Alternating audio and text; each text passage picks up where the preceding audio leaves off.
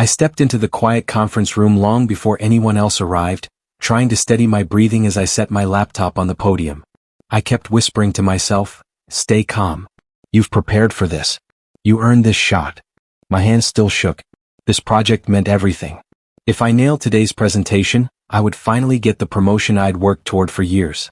And Lena promised she would be here. She told me last night, "I'll be right there in the front row cheering for you." I believed her because I always did. When the clock hit 9, people began filling the room. I kept glancing at the door, hoping to see her. Instead, Mr. Han walked toward me with his usual calm smile. "Ready?" he asked. "I think so," I said, forcing a small laugh. "Just waiting for someone." "Someone important?" he asked, raising an eyebrow. "My girlfriend," I replied. "She said she'd be here." "She'll come," he said softly. "Focus on your message. You've got this." I nodded, trying to believe him. But a knot tightened in my stomach as minute after minute passed with no sign of Lena. I checked my phone, no message, no missed call. Nothing.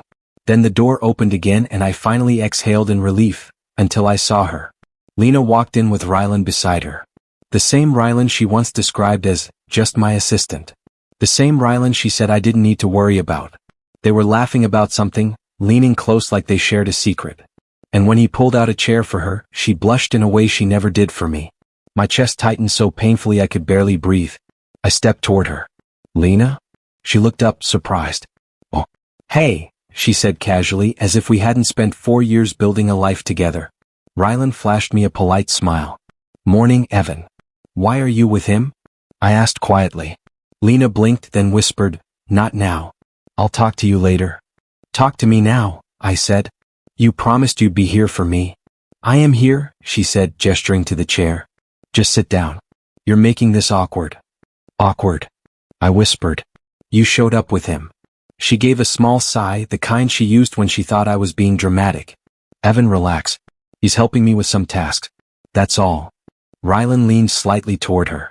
"Should we move seats?" he whispered. She smiled at him. "No, we're fine." The sight burned.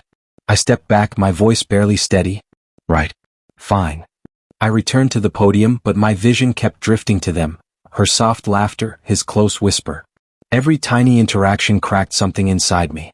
Mr. Han leaned toward me and whispered, "Stay focused. Whatever is happening out there, let it wait." I nodded, though the words barely reached me. My throat felt dry. My hands felt cold. I tried to breathe again, but each breath felt heavier than the last. When the CO entered, the room quieted. It was time. I cleared my throat. "Good morning, everyone." My voice caught when I saw Lena whisper into Rylan's ear. He grinned. She touched his arm lightly. I pushed forward. "I'm presenting the results of our 6-month development project." I kept speaking, but my mind fractured between my words and the scene unfolding in the front row. Every smile she gave him, every glance they shared, felt like a blade carving deeper into my chest. During the Q&A, someone asked me a question, but I only half heard it. Mr. Han stepped in, guiding me with a calm voice. "Evan, walk them through the second phase model." I inhaled slowly. Right. The second phase model. Somehow, I survived the rest of the presentation. When the applause came, it sounded distant, like I was underwater. I bowed my head slightly and packed my laptop with shaking hands. Lena approached me afterward with a small smile. "You did great." "Did I?" I asked, my voice quiet. She glanced at Rylan, then back at me. "Yeah. Relax. Why were you whispering to him the whole time?" She rolled her eyes. "You're overthinking again." "I saw the way you looked at him," I whispered. "Don't start," she said quickly. "Not here." Mr. Han approached us, sensing tension. "Good job, Evan. Your data held strong." "Thank you," I said, though the words felt heavy. Rylan stepped closer. "We should go, Lena. We're late for the team briefing." "Right," she said. "Evan, we'll talk later." "No," I said, surprising even myself. "We talk now." She hesitated, then sighed. "Fine. But make it quick." I looked straight into her eyes. "Are you seeing him?" Her face stiffened. I said, "Not now." "That's not an answer," I said. She looked away. "You're being insecure again." "Insecure?" My voice cracked. "You walked in with him. You ignored me. You." "Stop," she snapped. "I don't have time for this." And then she walked away with him, just walked away as if 4 years meant nothing. Mr. Han placed a hand on my shoulder. "Evan, I'm sorry. I swallowed hard. I think I just lost more than a promotion. The room felt colder. My heartbeat felt slow, painful. And in that moment I realized something shattering. Whatever I thought I knew about my life, it was already gone. I stood there, hurting, silent, breaking, yet still breathing. I caught up to Lena in the hallway before she could leave the building. "Lena," I said, forcing my voice to stay steady, "we need to talk now." She turned slowly, annoyed. "Evan, seriously? I have work." "I'm not letting this go," I said. "Tell me what's going on with you and Rylan." She sighed loudly. "Why are you making everything dramatic?" "Because you walked in with him. Because you ignored me. Because you acted like I was nothing." "That's not what happened," she snapped. "Then explain it," I said. "Help me understand." She looked around, then said, "Fine. Let's talk outside." We stepped into the parking lot, the cold air hitting me hard. She crossed her arms, impatient. I swallowed. "Are you seeing him?" She didn't hesitate. "Yes." My chest tightened so sharply I couldn't breathe. "Since when?" "A while," she said, looking straight into my eyes without guilt. "I didn't want to hurt you." "You didn't want to hurt me?" I whispered. "You brought him today. You let him sit with you. You acted like I didn't even exist." She shrugged slightly. "I didn't think it would be a big deal." "Not a big deal?" I repeated. "We've been together for 4 years." "That's the problem," she said coldly. 4 years, Evan. And nothing has changed. You're always the same. What does that even mean?" "It means I need someone more ambitious," she said. "Someone who pushes forward. Someone who knows what he wants." "And you think Rylan is that someone?" I asked, stunned. "He understands me better than you do," she said simply. Something inside me cracked. "You told me he was just your assistant." "He was," she said. "But things changed." "You changed?" I whispered. She nodded. "I did. And I'm not apologizing for wanting something better." "Something better than me," I repeated. "Yes." Her bluntness sliced through me. No hesitation. No regret. Just cold certainty. I stared at her, hoping for even a flicker of shame. But she just stood there, arms crossed, tapping her foot. "How long?" I asked. "Tell me the truth." She exhaled. 6 months. I felt like the ground dropped beneath me. 6 months? While we were... She cut me off. "Don't make it sound dramatic." "I gave you everything," I whispered. "And it wasn't enough," she said. I stepped back as if she'd slapped me. Maybe she had, emotionally, in every way that mattered. Then she reached into her bag. "Here." She placed the key to our apartment in my hand. Just like that. No hesitation. No sadness. No memory meant enough to her to hold on a second longer. "You're giving it back?" I asked. "Obviously," she said. "I'm moving out tonight." "So quickly? Why wait?" I stared at the key, 4 years reduced to a metal shape pressing painfully into my palm. "That place was our home." "Not anymore," she said. "Don't make this harder than it needs to be." "I'm not making it harder," I said. "You're making it cold." "Sometimes cold is necessary." Her words felt like knives. "Was any of it real?" I asked quietly. She hesitated for a moment. Just one moment. "At the beginning, yes. But people grow out of things. And you grew out of me." She didn't deny it. I let out a shaky breath. "Why didn't you just break up with me instead of cheating?" She shrugged. "I didn't want drama. And I wasn't sure about Rylan at first." "And now you are," I said. She nodded once. "He makes me feel seen." I felt something sharp twist inside me. "And I didn't?" "You made me feel safe," she said. "But safe gets boring." "Boring?" I repeated.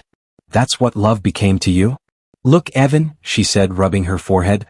"I don't want to keep circling this. We're done. It's over. Just accept it." "I didn't even get a chance to fix anything," I whispered. "There was nothing to fix," she said. "We were already broken." I stared at her. "You broke us. And now I'm walking away," she said flatly. Something in her tone, so cold, so finished, burned away the last of my hope. My heartbreak slowly twisted into something darker, something unfamiliar. Anger. Not loud anger. Not screaming anger. A quiet, sharp anger that settled deep inside my chest. I closed my hand around the key. "Fine," I said softly. "If this is what you want, go." She nodded. "Good. I'm glad you're being mature." I almost laughed. "Mature?" She cheated and called me mature for letting her walk away. I didn't speak again. I just watched her turn her back to me, watched her walk toward Ryland's car, watched her smile at him like he meant everything and I meant nothing. He opened the door for her. She slid in without looking at me. The engine started. The car pulled out of the parking lot. And I stood there alone. Mr. Hahn stepped outside a few minutes later. Evan? I wiped my face quickly. Yeah. You look pale, he said softly. Are you all right? No, I said honestly. But I will be. He nodded in understanding. If you need time. I don't need time, I said. I need to go home. Do you want me to drive you? No, I whispered. I need to walk. He didn't stop me. I walked the entire way home, each step heavy, each memory stabbing deeper. Her smile when we first met. Her promise to support me. Her whispering to another man. Her handing me the key like it meant nothing. How long was I blind? I whispered to myself. How long was I a joke to her? The answers didn't matter anymore. Something inside me shifted as I reached the apartment door. The key felt heavier than ever. My heartbreak wasn't gone, not even close, but something else rose with it. A cold, quiet anger. For the first time, I wasn't just hurting. I was changing. I woke up staring at the ceiling, feeling the weight of an apartment that suddenly didn't feel like mine anymore. The silence pressed against me. So this is it, I whispered to myself. This is what's left. I sat up slowly, noticing the empty spaces where Lena's things used to be. Her perfume was already fading from the air. I walked to the kitchen, opened the fridge, and stared at the half-empty shelves. Even the food looks depressed, I muttered. A sharp knock rattled the door. I hesitated. Who is it? Mia, she called. Open up before I kick it down. I unlocked the door and she stepped inside with 2 bags of food. You look like death, she said. I feel worse, I replied. She dropped the bags on the counter. Sit. Complain. Cry. Pick any combination. I'm not crying, I said, pulling out a takeout container. Mia raised an eyebrow. You should. It helps. I'm done crying. I sat down. I think I hit my limit. She studied me carefully. Tell me what happened. The real version. I woke up yesterday thinking everything was fine, I said slowly. By the end of the day, she told me she'd been with someone else for 6 months. Mia slammed her palm on the counter. 6 months? That snake. I sighed. It doesn't matter anymore. It matters, she insisted. I knew something was off about him. You suspected? I asked. Yes, she said. Every time I saw him talking to her, I felt slimy. Fake smile, fake charm, fake everything. I laughed bitterly. Well, apparently he was real enough for her. She downgraded. Mia snapped. I shook my head. I'm not doing the self-pity thing. Good. Because you don't deserve pity. She leaned closer. You deserve better. And I know you don't want to hear that, but I'm saying it anyway. I picked at my food. Everything feels heavy. That's normal, she said softly. You loved her. Yeah, I whispered. Stupid, isn't it? No, Mia said firmly. You were loyal. She wasn't. Loyalty doesn't win anything, I murmured. It wins the right people, she said. Just not her. I leaned back against the chair. I'm tired. I know. No, I mean, I'm tired of feeling like I'm the problem. I rubbed my face. She said I wasn't ambitious enough. Ambitious? Mia scoffed. You work harder than most people I know. She wants someone who pushes forward, whatever that means. She wants someone who feeds her ego, Mia corrected. That's different. I looked around the apartment again. This place feels like a tomb. Then we'll bring some life back in, she said. I'll help you clean. Rearrange. Burn her leftover pillow if it makes you feel better. I let out a tiny laugh. I might take you up on that. Mia grabbed her drink and sat across from me. Look at me. I met her eyes. You're not going to break, she said. You think you are, but I've seen you fight through worse. I don't feel strong. Strength doesn't feel strong when you're inside it, she said. It feels like survival. Her words landed heavier than she knew. I exhaled slowly. Thank you. Really? You don't thank friends, she said. We just show up. Which I'll keep doing even if you lock me out. I didn't lock you out. You would have, she said. If I came 5 minutes later, you'd be curled in a corner pretending to meditate. I smirked. Shut up. She smiled. There he is. The sarcastic version of you. I missed him. He's barely alive. He'll recover, she said confidently. And when he does, Lena's going to wish she never opened Ryland's door. I paused. Mia? Yeah. Do you think she ever really loved me? Mia didn't speak immediately. Instead, she reached across the table and placed her hand over mine. I think she loved the way you loved her. Not you. Not fully. I swallowed hard. That hurts. The truth usually does. A long silence filled the room. I didn't try to fill it. Mia glanced at the clock. I have to go soon. But text me if you start spiraling. I don't spiral. You spiral dramatically, she corrected. Internal monologue, brooding, staring at windows. The whole thing. I do not, bro. She gave me a look. Fine, I muttered. Maybe a little. She stood and grabbed her bag. Eat the rest. And sleep in an actual bed tonight. I'll try. And Evan? Yeah. You're not broken. You're wounded. There's a difference. I didn't answer. She patted my shoulder and left. The apartment went silent again. I cleaned up slowly. Washed the dishes. Picked up the clothes scattered on the floor. Tried to do anything that made me feel in control. Hours later, after the sun had set, my phone buzzed. I reached for it lazily, until I saw her name. Lena. I froze. The message was short. I hope we can still be friends. I stared at the screen, stunned. Friends? I whispered. After everything? My heart twisted, not with sadness this time but disbelief. Friends. She replaced me within hours. She walked away without even blinking. And now she wanted friendship? Something inside me snapped. Not the part that loved her. The part that finally woke up. I set the phone down slowly. You want to see how strong he is? I murmured. Fine. I'll show you what you lost. For the first time all day my voice didn't shake. And neither did I. The moment I walked into the office I felt the stares. Whispers slid through the hall like smoke. Did you see them together? Someone murmured behind me. She brought him here? Bold? Another whispered. I kept my eyes forward. Not my business, I muttered under my breath even though it burned. When I reached my desk, Mark leaned over the divider. Dude, you okay? I'm fine, I said. You sure? Because Lena walking in with Rylan? That was. I don't want to talk about it, I cut him off sharply. He held up his hands. All right.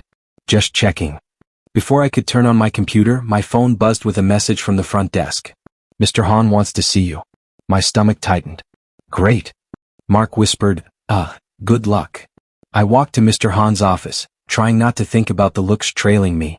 When I knocked, his calm voice answered, Come in. I stepped inside. You wanted to see me? He gestured to the chair. Sit, Evan. I sat, bracing myself for a lecture about my unprofessional emotional breakdown, or something equally humiliating. But instead he looked at me with something like concern. Rough week. I blinked. You heard? He gave me a dry smile. This office gossips faster than stock prices crash. Yes, I heard. I sighed. It is what it is. No, he said. It's not what it is. You handled the presentation well considering the emotional hurricane happening around you. I did my best, I said quietly. That's why I called you here, he replied. Not to discuss her. To discuss you. I frowned. Me? Yes. His voice sharpened. Evan, I've watched you for 2 years. You observe. You learn fast. You think before you speak. That's rare. I stared at him, unsure how to respond. He continued, Do you know what else I've noticed? You hide. You play small. You doubt yourself at every step because someone convinced you that you weren't enough. My throat tightened. Mr. Hahn. Let me finish, he said gently. You have more potential than half the senior team combined. You just don't know it yet. I exhaled slowly. I don't know what to say. Say yes, he replied. To what? To my offer. He leaned forward. I want to mentor you personally. Private training. Strategy. Leadership. The kind of guidance that will put you 5 years ahead of everyone else. My heart stopped. Are you serious? Deadly serious, he said. You're loyal. You're disciplined. You're hungry. Those traits beat raw talent any day. Why me? I whispered. Because you're teachable, he said. And because I'd rather invest in someone who values the opportunity. I swallowed hard. I won't waste it. I know, he said with a small nod. So, do you accept? Absolutely, I said without hesitation. A hint of approval flickered in his eyes. Good. We start after hours today. A spark lit in my chest, small but real. Thank you. Truly. You're welcome, he said. Now go. And ignore the gossip. The only people who matter are the ones in the room when decisions are made. I stood and bowed my head slightly. I won't let you down. As I left his office, my legs felt strangely light. My chest felt steadier. For the first time in days, I wasn't drowning. But the moment I stepped into the hallway, the air shifted. Lena and Rylan stood near the elevator. She froze when she saw me. Evan, hey. Rylan forced a thin smirk. Rough week, man? I ignored him. Excuse me. Lena took a small step toward me. We should talk. We don't need to, I said. Rylan scoffed. Look, dude, I know this is awkward. You don't know anything, I said calmly. His jaw tightened. Trying to act tough now? I'm not acting anything, I replied. I'm just done. Lena lowered her voice. Can we not do this in the hallway? Then don't start it in the hallway, I said. Her shoulders fell. Evan, I didn't want things to happen like. You made your choice, I said. I'm making mine. Rylan folded his arms. And what choice is that? I let a slow breath out. The one that has nothing to do with either of you. They exchanged a look, confused, maybe irritated. Lena asked, Did something happen? You look different. I had a meeting, I said. With who? Rylan snorted. Your department lead? Big deal. With Mr. Hahn, I said. His expression cracked. What? Lena blinked. Mr. Hahn called you? Yes, I replied. He offered to mentor me personally. Rylan's face drained of color. That's no way.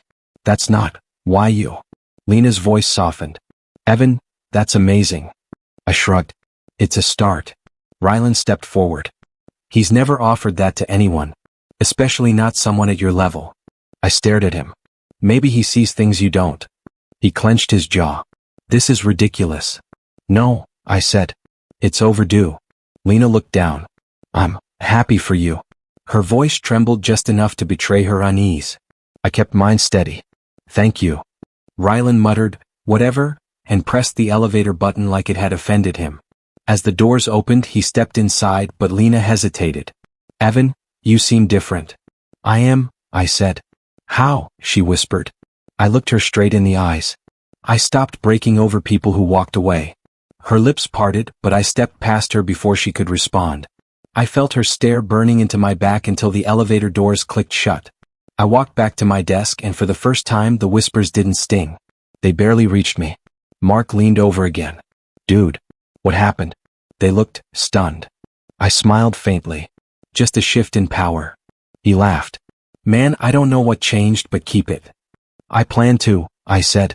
When the day ended and the office emptied out, I stayed behind for my first training session with Mr. Hahn. As he walked into the room, he asked, Ready? I straightened my posture. More than ever. Something in me had started rebuilding the moment he believed in me. But now it was growing. Strength, focus, determination. Not for Lena. Not for Rylan. For me. My first real victory wasn't a promotion. It was choosing myself. The next week felt different the moment I stepped into the office. People didn't whisper about me anymore, they whispered about them. I heard one woman murmur, bringing your boyfriend to meetings? So unprofessional. Another whispered, she used to act like she was better than everyone. Now look.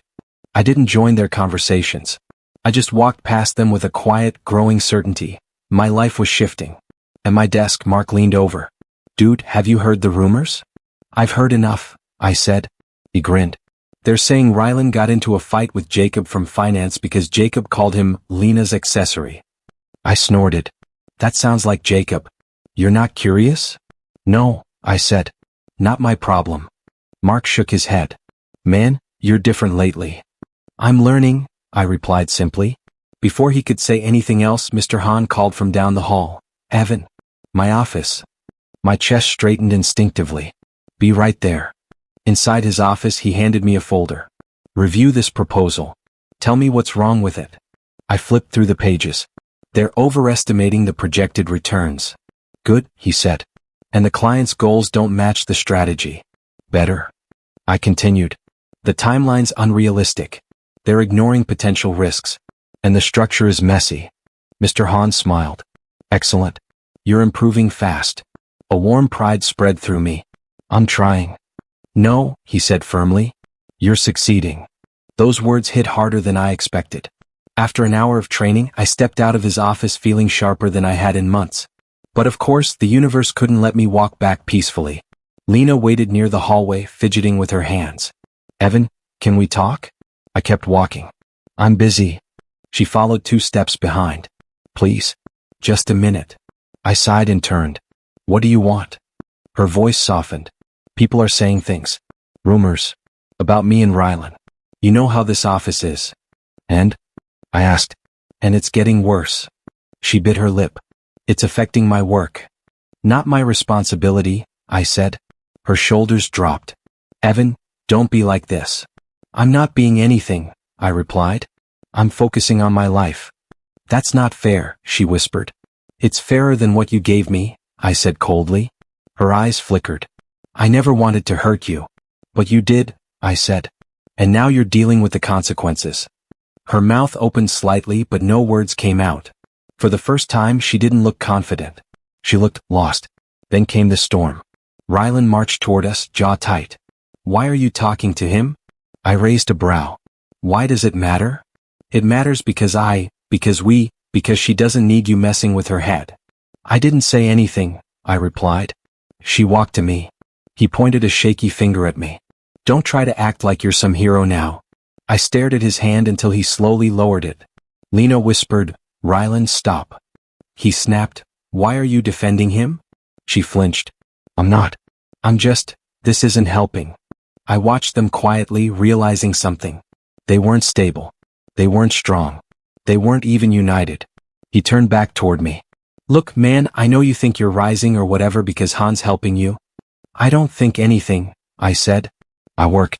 That's all. His voice cracked slightly when he said, You're not better than me. I never said I was. But you're acting like it. No, I said calmly. I'm acting like someone who finally values himself. He opened his mouth again but Lena pulled him back. Rylan, not here. Please. He muttered something under his breath and stormed off. Lena hesitated, staring at me for a long second before following him. When they were gone, I let out a slow breath. Not from anger. From clarity. Back at my desk, Mark's eyes were wide. Bro. What was that? Nothing, I said. That didn't look like nothing. I'm not getting involved in their issues, I replied. I'm done giving them space in my head. You're really over her? He asked. I thought for a moment. I'm getting there. He nodded slowly. Good. You deserve better. Later that afternoon, Mia called. You sound different, she said. I'm working, I replied. No, I mean your voice. You sound steadier. I feel steadier, I admitted. Good, she said. Don't look back. I'm not planning to, I said. She laughed softly. That's the Evan I knew was hiding somewhere. After work, I stayed behind for more training. Mr. Han drilled me hard. Strategy exercises, quick decision-making, real case analysis. It was brutal but energizing. At one point he said, You're not just improving, you're transforming. That's the goal, I replied. And the past, he asked. Not stopping me anymore. He nodded approvingly. Good. When I finally left the office, the night air felt different, lighter. My steps felt purposeful instead of heavy. For once, I wasn't dragging my pain with me. I wasn't imagining Lena's laughter or Rylan's smirk. I wasn't replaying old memories like a fool. I was moving forward. Focused. Clear. Growing. The rumors didn't matter. Their drama didn't matter. Their relationship cracks didn't matter. I had my first true taste of peace. Not the fragile kind that breaks the moment someone else speaks. The kind you build yourself, brick by brick, with every small victory. For the first time since everything fell apart, I wasn't surviving. I was rising. The morning air smelled like opportunity. I walked into the office with a plan, not just a folder of proposals. Today was the day I led the presentation for the Harrison project, and failure was not an option. Evan, you ready? Mia asked, carrying a cup of coffee. I am, I said, taking it. Thanks for being here. She smiled softly. I wouldn't miss it. I glanced at her and realized something. Her presence didn't remind me of pain. It felt safe.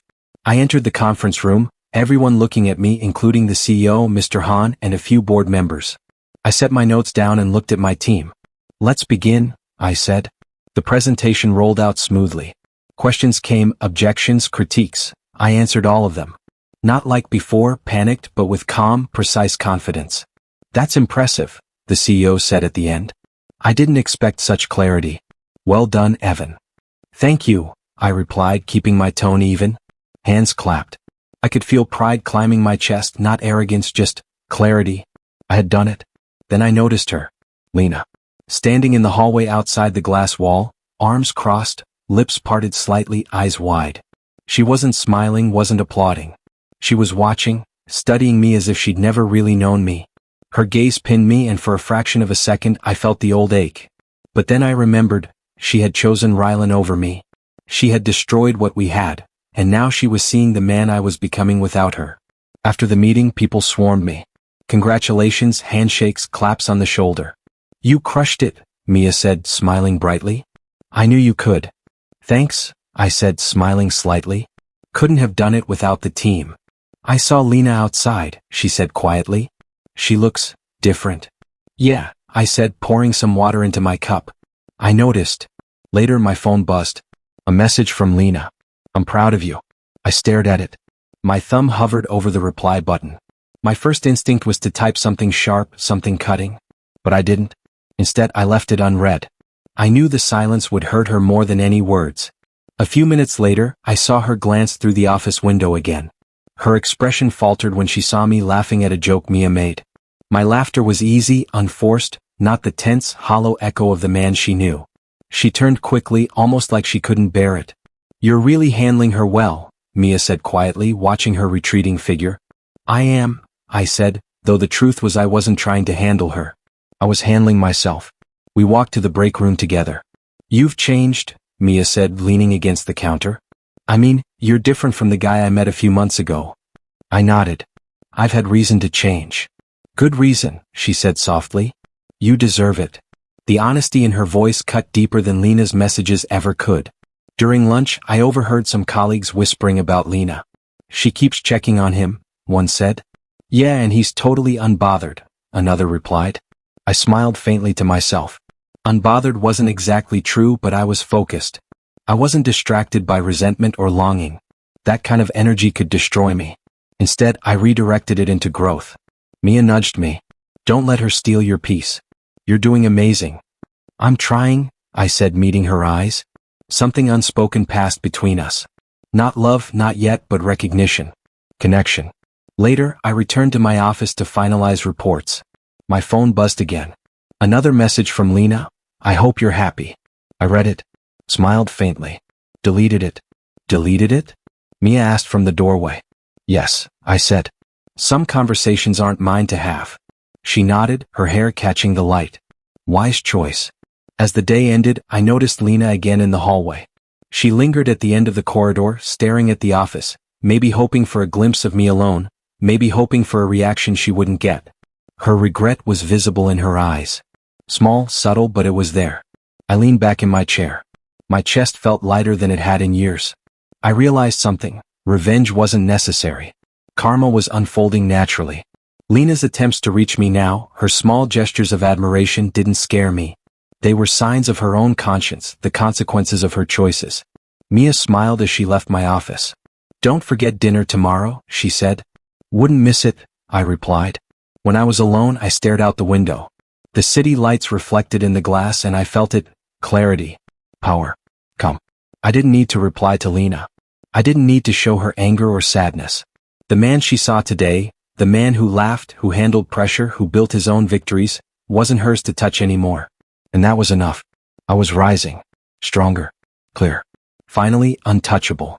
I arrived at work earlier than usual, not because I had to, but because I wanted to see the day unfold. The office was quiet, but something in the air felt different. I noticed it immediately. Rylan's usual confident stride was off. His tie crooked, sleeves rumpled. He looked tired. Rylan, I said, walking past him. Everything okay? He glanced at me, eyes narrowing. Fine, he snapped too quickly. I smirked slightly. Fine never looked like that. Later, at the team meeting, it became obvious. Rylan stammered through his presentation. Numbers wrong, projections missing. Board members exchanged glances. My chest tightened for a second, not for him but for the spectacle. Rylan, what's going on? One of the board members asked, eyebrow raised. I miscalculated, he muttered. You miscalculated again? Another asked, tone sharp. I sat back in my chair, arms folded, watching. This was the first crack. This was the start of him falling apart. After the meeting, I overheard him in the hallway, voice low but heated. You promised me it would be fine. Lena said. Don't blame me. Ryland snapped. This is your fault. You distracted me all week with your constant check-ins. I paused mid-step. His voice, full of panic and blame, revealed everything he'd been hiding behind charm and confidence. You think this is funny? Lena's voice shook, but her words had bite. It's not my fault you're demanding, he yelled, red-faced. I walked by silently, observing the scene unfold like a private movie. Lena's jaw tightened, and for a brief moment, her eyes flicked toward the glass office where I was. I didn't move. I didn't respond. I simply let it happen. By afternoon, whispers filled the office. Ryland snapped at his team members, emails became aggressive, and even Lena looked exhausted standing beside him. The picture-perfect couple? Cracking wide open. Later she came to me in the lounge. I didn't look up at first, sipping my coffee, letting the silence stretch. Evan, can we talk? Her voice was hesitant, soft. I set my mug down slowly. About what? I made a mistake, she said, almost whispering. I didn't know you would change this much. I felt the old pulse of anger. But it wasn't anger anymore, it was a calm, measured distance. You changed because I broke you first, I said gently, letting the truth hang between us. She blinked, shock crossing her face. What? I repeated it, my voice quiet, steady. I only changed because you broke me. You tore everything apart and I rebuilt myself from the pieces you left behind. That's why I'm standing here now, and you can't reach this version of me. Her lips trembled. I didn't realize. I didn't know it would hurt this much. It did, I admitted softly. And I don't regret being hurt. That hurt made me better. Stronger. Clear. I've learned something you'll never understand if you keep trying to fix what you destroyed. Tears welled in her eyes. She opened her mouth, but no words came. She wanted to argue, to explain, to apologize, but she couldn't. Evan, she choked. I need to walk away, I said. My tone was gentle but firm. This conversation ends here. She sobbed quietly, shoulders shaking. I didn't touch her, didn't offer comfort. That part of me, the part that would have caved weeks ago, was gone. I turned and walked down the hallway. People looked up as I passed, some curious, some respectfully silent. Lena's eyes followed me until the corner swallowed me. Later that day, Ryland stormed into my office. Evan, why are you smiling like that? He demanded. Smiling? I asked, feigning confusion. You're acting like nothing happened, he accused. I leaned back in my chair, fingers steepled. Nothing happened. Just the truth unfolding. You're losing control and it's not me causing it. He threw his pen on the desk. You think you're better than me now, don't you? I think I'm myself, I said quietly. And that's enough. He clenched his jaw and stormed out, muttering. I could hear the doors of his office slam repeatedly as he vented to anyone who would listen. By evening, the office had quieted again. I leaned against the window, looking out over the city.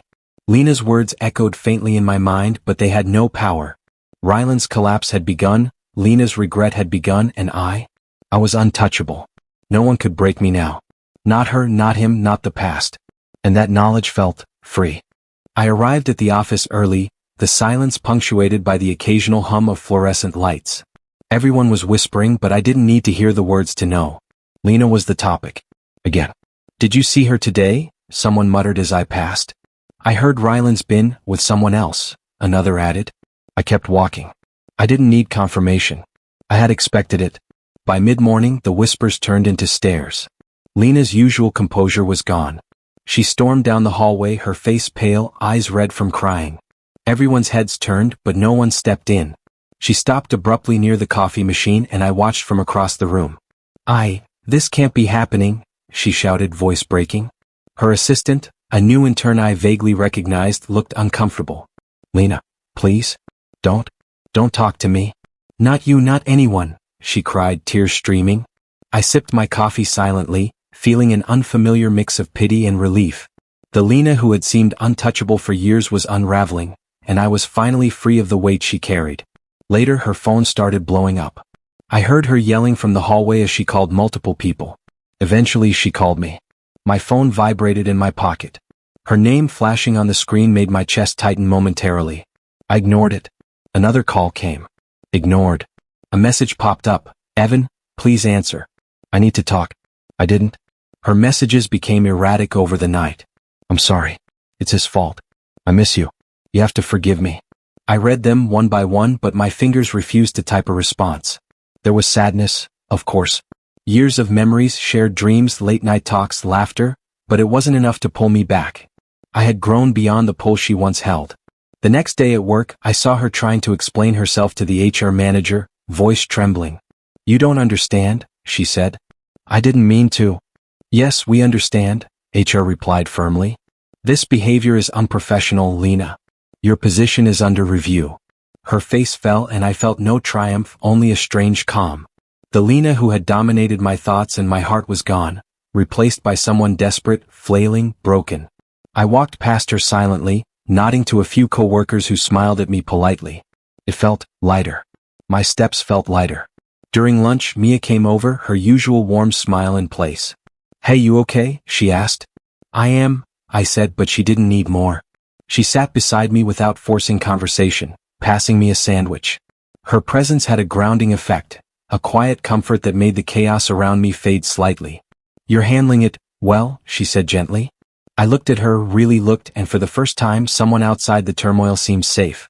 Thanks, I muttered, a small smile breaking my stoicism. We ate quietly, but her presence was enough. I didn't have to explain. I didn't have to relive anything. Just being with someone who understood without needing to fix me, that was enough. Later, as the day ended, Lena's messages kept coming. Please, just one call. I'm begging you. I didn't respond. Instead, I walked home with Mia once more, talking about mundane things, projects, weekend plans, even silly office gossip. My mind didn't wander to her. Not now. Not ever again. By evening, Lena's calls had turned into frantic voicemails. The desperation in her voice clawed at me for a second. Just a second, but I reminded myself, I was done. The pain she caused me had forged something stronger. I sat by the window, phone untouched, and breathed deeply. The city lights blinked below, and for the first time in months I felt unshackled. Free. Mia leaned against my shoulder. You're doing the right thing, she said softly.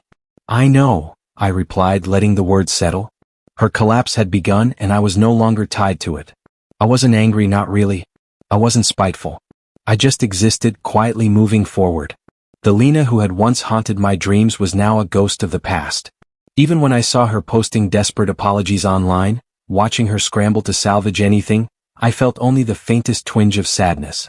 It didn't touch the core of me anymore. That core was mine. Protected. Untouched. I looked at Mia and realized she had become the person I trusted the most. The one who could stand beside me without judgment, without complicating my emotions. And that felt like everything. The night deepened and the messages kept coming. I made a mistake. I can change. Please. I didn't respond. Instead, I turned off the phone, leaned back, and let the quiet wash over me. Lena's world was crumbling. Mine was building. The scales had finally shifted, and I finally understood. Freedom wasn't about revenge or proving anything. Freedom was about taking back my life and refusing to let anyone control it again. For the first time in years, I felt truly alive. The knock on my apartment door came just as I was finishing dinner. At first, I ignored it, thinking it must be a mistake. But the knocking grew urgent. Evan, please open up, a trembling voice called. I froze. That voice. I hadn't heard it in months, and it cut through every memory I'd buried. Lena. I took a deep breath, then walked to the door, unlocking it slowly. There she was, standing in the hallway, mascara streaked down her cheeks, eyes wide and desperate. I messed up, she began, voice shaking. Everything I thought I wanted, it was wrong. I still love you, Evan. I realized, you were the one who truly cared all along. I stepped aside, letting her in, but I didn't speak. My chest tightened and memories flashed. Our laughter, our late-night talks, the way she used to look at me with trust and love. I know I hurt you, she continued, voice cracking. I didn't mean to. I was blind. Please, I want another chance. Just one chance. I'll do anything. I leaned against the wall, folding my arms. You know, I've heard this before. My voice was calm, measured. The difference now is that I'm not the same person I was when I forgave you before. Her eyes filled with tears. I'm begging you, Evan. Don't shut me out. I can't. I can't lose you again. I stayed silent, letting her words hang in the air. I could see the tremor in her hands, the desperation that hadn't been there before. For years, I would have given everything to hear her say those words. But now, they felt hollow. Empty. You're crying, and you think that fixes anything? I asked quietly. Do you know how many nights I spent wondering if you ever cared? Do you know how it felt to see you with him, laughing while I was invisible? I didn't know how to. I thought I was doing what I wanted, she whispered, voice breaking further. I was stupid. So stupid. Please. I can change. I shook my head slowly. You already made your choice. And your choice destroyed me. She collapsed onto the couch, burying her face in her hands. I don't know what to do. I don't know how to fix it. I sat across from her, watching her crumble. The Lena who had once been so confident, so untouchable, was gone. All that remained was fear, regret, and raw, unfiltered sorrow. You're crying now, but do you understand what it feels like to be left behind? I asked. Do you know what it's like to build your life, your heart, around someone, only to have it all ripped away in an instant? She didn't answer. She couldn't. I forgive you, I said finally, each word deliberate. But forgiveness doesn't mean I take you back. It doesn't erase what you did. It doesn't mean I still need you in my life. Her head lifted slightly, eyes meeting mine. But, we can try again? I'll do anything, Evan. Anything. I shook my head, soft but firm. No. That door is closed. Not because I hate you, but because I love myself enough to walk away. You had your chance. You chose him. You chose betrayal. And now, you live with that choice. Her body shook as she sobbed, tears falling freely. Please, please don't do this to me. I stood, approaching the door. She followed me with her eyes, desperate, pleading. I reached out gently and closed it. The soft click sounded louder than any words we had ever exchanged. I leaned against the door for a moment, letting the silence fill the apartment. Outside, her cries continued, echoing faintly down the hallway. I didn't regret it. I didn't feel anger. I felt closure. Relief. For the first time, the weight of her betrayal lifted completely. I had let go, not because she asked me to, not because she deserved it, but because I had learned that my life, my peace, and my strength mattered more than anything she could offer. The next day, news reached me at work. Lena had been demoted due to repeated unprofessional behavior after the Rylan scandal. Rylan had been fired. Their carefully constructed image, perfect couple, unstoppable duo, had collapsed entirely. People whispered in the hallways, some congratulating me subtly, others just observing. I didn't feel vindictive. I didn't need to. Karma had done its work. Their downfall wasn't my satisfaction. It was the natural consequence of their choices. Mia sent a quick message. Are you okay? I smiled, typing back, better than ever. I realized then that I had finally reclaimed my life. The hurt, the sleepless nights, the heartbreak, they had all led me here. Stronger, wiser, and finally free of the people who had caused me so much pain. And though Lena's voice might haunt me for a moment longer in memory, it no longer had the power to control me. I had faced the storm, survived, and risen above it. For the first time, I understood the true meaning of strength. Not revenge, not control, not proving a point. Strength was knowing when to walk away. And I had walked, firmly, deliberately, and without regret. Outside, the city lights glimmered. I leaned against my window, looking out, feeling a quiet satisfaction. Lena and Rylan had their consequences. I had my freedom.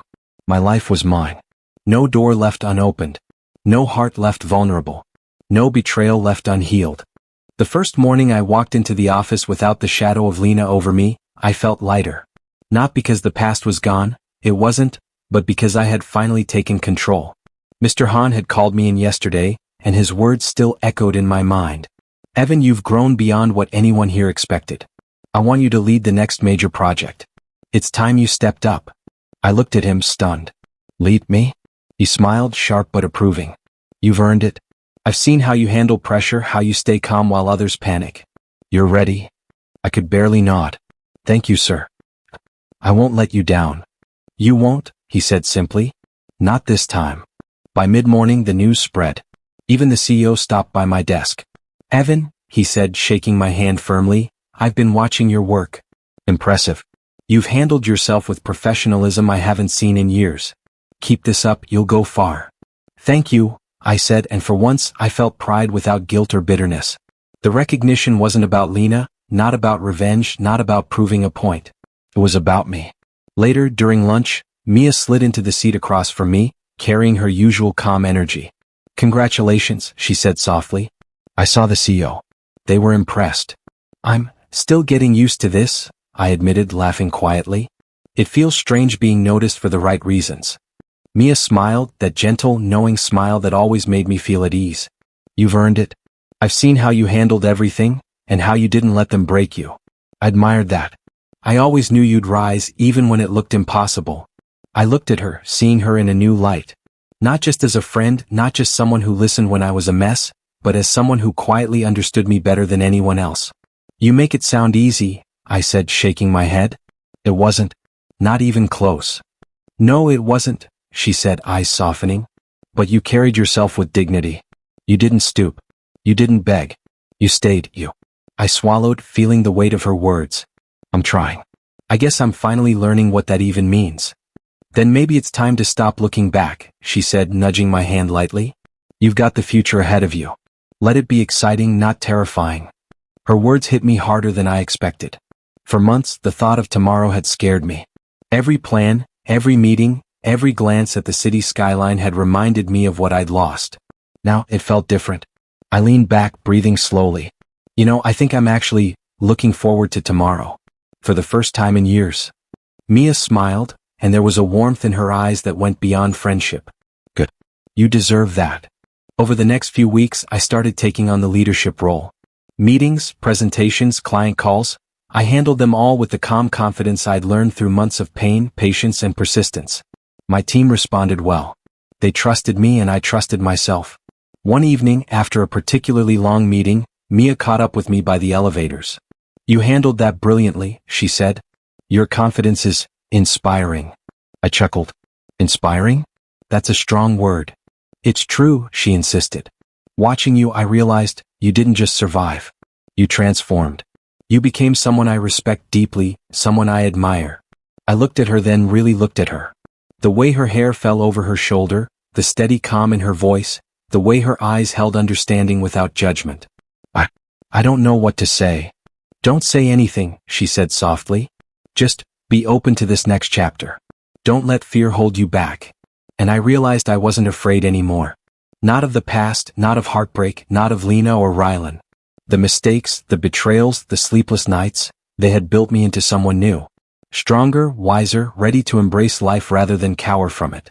A few days later, I stayed late, watching the city lights flicker below my office window. Mia's words kept echoing, "Don't let fear hold you back." I thought of the past, the pain, the humiliation, the endless nights questioning myself. And I realized that each scar had shaped me, had given me perspective, had made me ready for what lay ahead. I smiled quietly, speaking aloud even though no one was there. "I can do this. I can finally move forward. I can trust again, I can build again. I can live." At that moment, I wasn't just surviving. I was thriving. The future was no longer a shadow. It was a path I was ready to walk, step by step, without fear. And for the first time, someone else, Mia, was walking beside me, not as a crutch, not as a safety net, but as a companion who made the journey feel possible. The office was quiet, the city alive below me, and I felt a deep, steady certainty that life, my life, was finally opening. The moment I stepped into the office that morning, I could feel it. The atmosphere had changed. People whispered, but their voices no longer carried curiosity or judgment toward me. They carried pity for her. Lena. I saw her from across the room.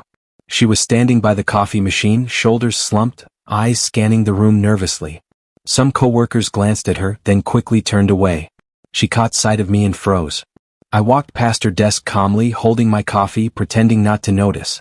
A small part of me wanted to gloat, to make her squirm under the gaze of everyone who had once envied her. But I didn't. That part of me, angry, vengeful, desperate, was gone. Later, during a meeting, she approached me quietly.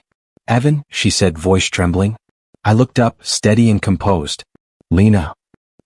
I just wanted to say I'm sorry," she whispered. "For everything. For lying. For betraying you. Losing you, it's the biggest regret of my life." I set my pen down, letting her words hang in the air. The old me would have shouted, would have begged, would have tried to understand. But the new me simply nodded. "I hear you," I said. "And I accept your apology." Her eyes widened, a glimmer of hope creeping in. I continued, calm and measured. But you need to understand. I've moved on. There's nothing left for us. Not now, not ever. Her face fell. Evan, please. No, I interrupted gently but firmly. This isn't about anger or revenge anymore. It's about me. I've grown. I've learned my worth. And you're not a part of that anymore. She swallowed hard, blinking rapidly. I see. I understand. Good, I said simply. I hope you find your way too, Lena. Truly. But it's not with me. She nodded slowly, turning away, shoulders heavier than when she arrived.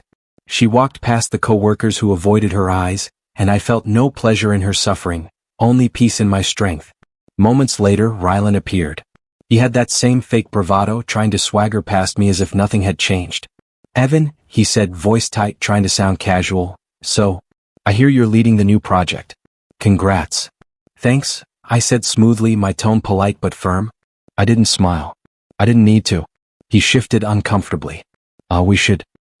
Maybe grab lunch sometime? Talk things over? I raised an eyebrow, calm and unflinching. Rylan, I don't think that's necessary. I've got everything I need. His jaw tightened, and for the first time, I saw real uncertainty flicker in his eyes. The confident mask cracked. He nodded stiffly and walked away, realizing he no longer held any sway over me. By lunchtime, whispers had turned to quiet conversations. People avoided Lena when she tried to speak to them. I noticed a few colleagues looking my way, eyes filled with admiration, not just for the work I was doing but for the way I carried myself. The power shift was complete. Mia approached my desk, a small smile on her face. You handled that well, she said softly. I did what I had to, I replied, sipping my coffee. It's not about them anymore. It's about me. She nodded. And it shows. People notice. They respect you now, not out of fear, not because of what happened, but because of who you are. I leaned back, letting the words sink in. I never thought I'd feel this calm after everything. But I do. I feel steady. In control. Alive. She smiled, watching me with those knowing eyes. That's the difference.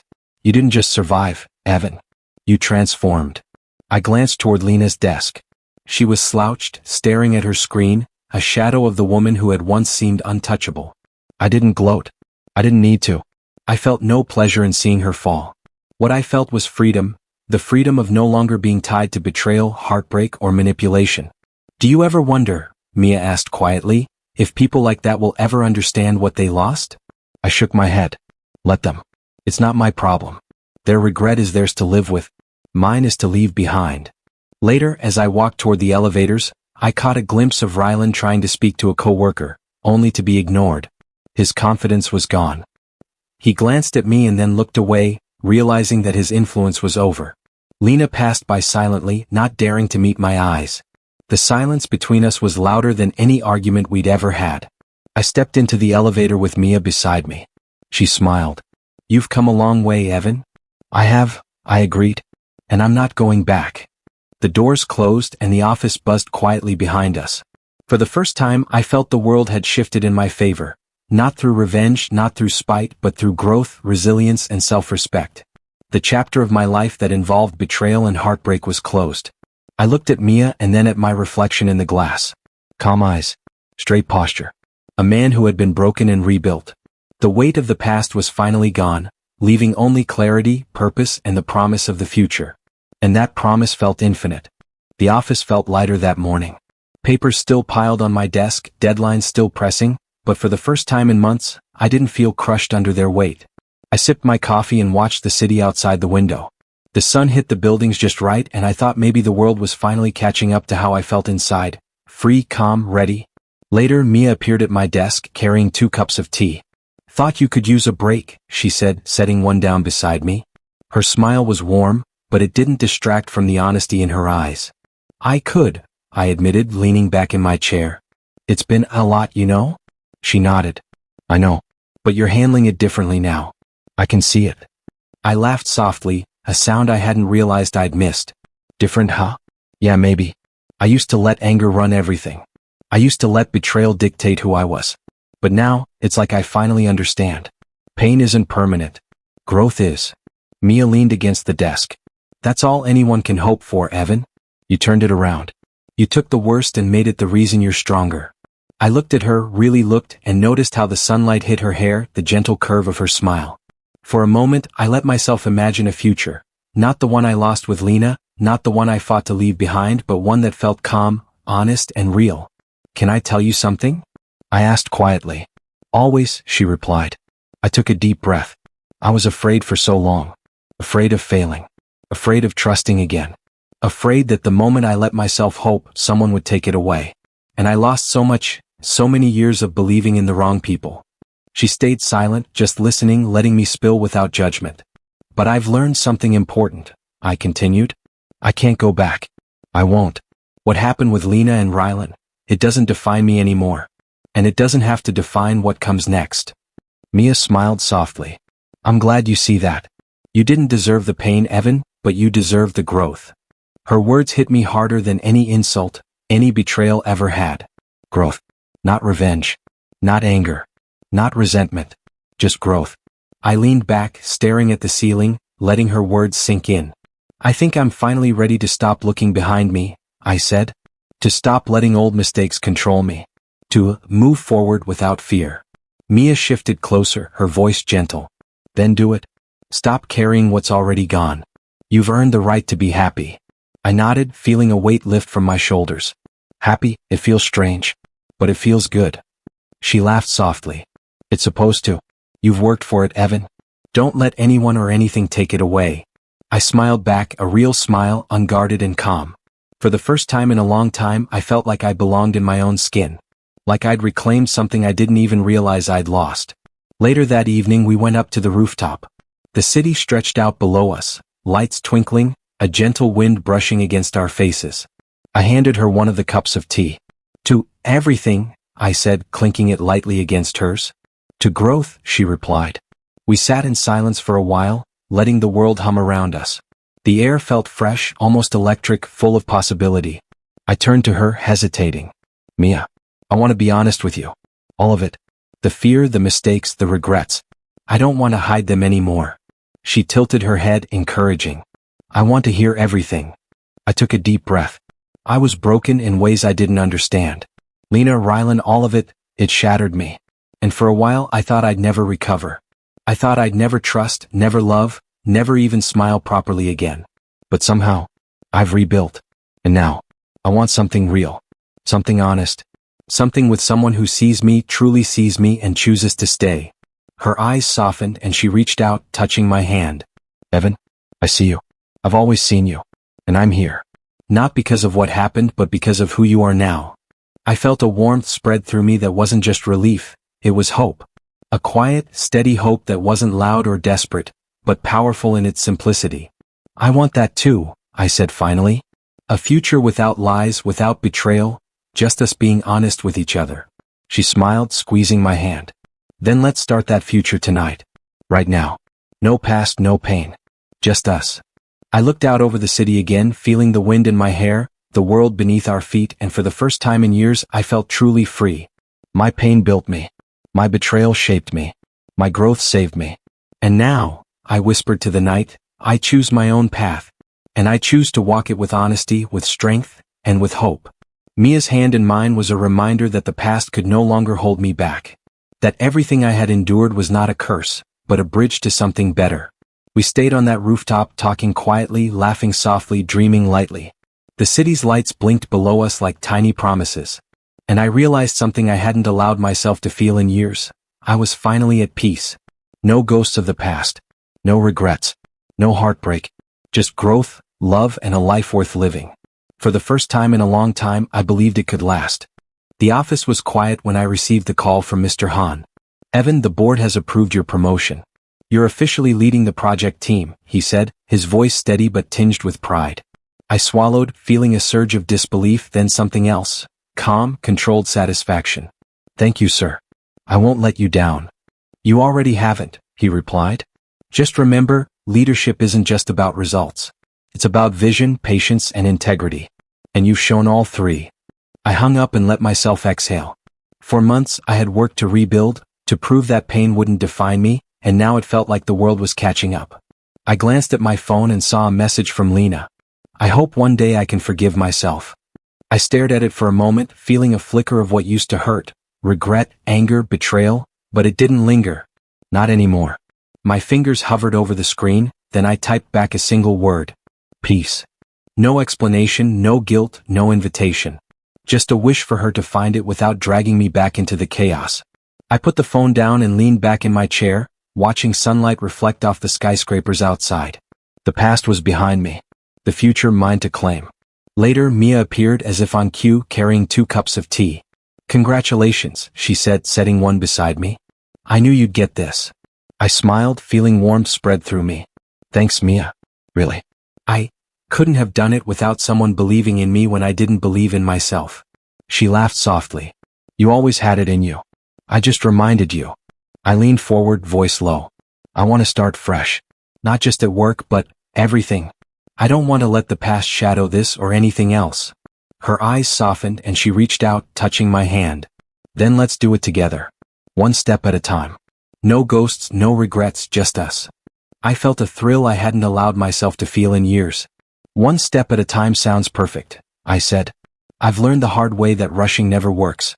Growth takes patience and I'm ready to grow with you, Mia. She smiled and I realized I didn't just feel relief. I felt hope, excitement, and a steady sense of belonging. For the first time in a long time, I didn't want to run.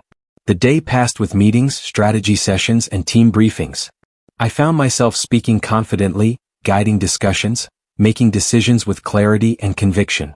Each nod of agreement from my colleagues reinforced something I had begun to believe again. I was capable. I was strong. I was in control. During a short break, I walked to the balcony, breathing in the city air. The wind brushed against my face and I closed my eyes, feeling the sun warm my skin. I thought about Lena and Rylan, about all the pain, all the sleepless nights, all the moments I felt like I couldn't breathe. And now none of it held me captive. None of it mattered except as a lesson, a bridge to this exact moment. Mia joined me quietly, leaning against the railing. It's beautiful up here, she said, watching the horizon. It is, I replied. But not as beautiful as this. Being able to stand here, knowing I chose myself first and someone else second, without guilt or anger. I feel free. She looked at me and in her eyes I saw reflection. Not just admiration but trust, warmth, and a shared sense of possibility. I'm proud of you, she said softly. You've rebuilt from the ground up and you're still stronger, wiser, and ready for whatever comes next. I smiled, feeling a quiet thrill.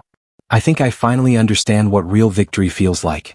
It's not about revenge or proving people wrong. It's about choosing yourself, living honestly, and being ready to build something meaningful. Her hand found mine again, and this time I didn't hesitate. I took it firmly, letting the connection ground me. And I want to do that with you, I said. Mia's grip tightened slightly. Then we will. Together. I gazed at the skyline, the lights of the city flickering on as evening fell. For the first time in years I felt fully present. Not haunted by the past, not anxious about the future. Just here. Just now. Strong. Calm. In control. I whispered to myself, barely audible over the wind. My pain built me. My betrayal shaped me. My strength carried me. And now, I choose my path, my life, my peace. Mia squeezed my hand and I turned to her, seeing not just hope but partnership, not just love but trust, and a future waiting to be claimed. For the first time I wasn't afraid. I wasn't broken. I wasn't running. I was rising, fully, completely, with clarity and conviction. And as the city lights shone below us, I realized that every storm I had weathered, every wound I had nursed, every moment of heartbreak, had led to this final victory. Not revenge. Not resentment. Not regret. Victory. And it was mine.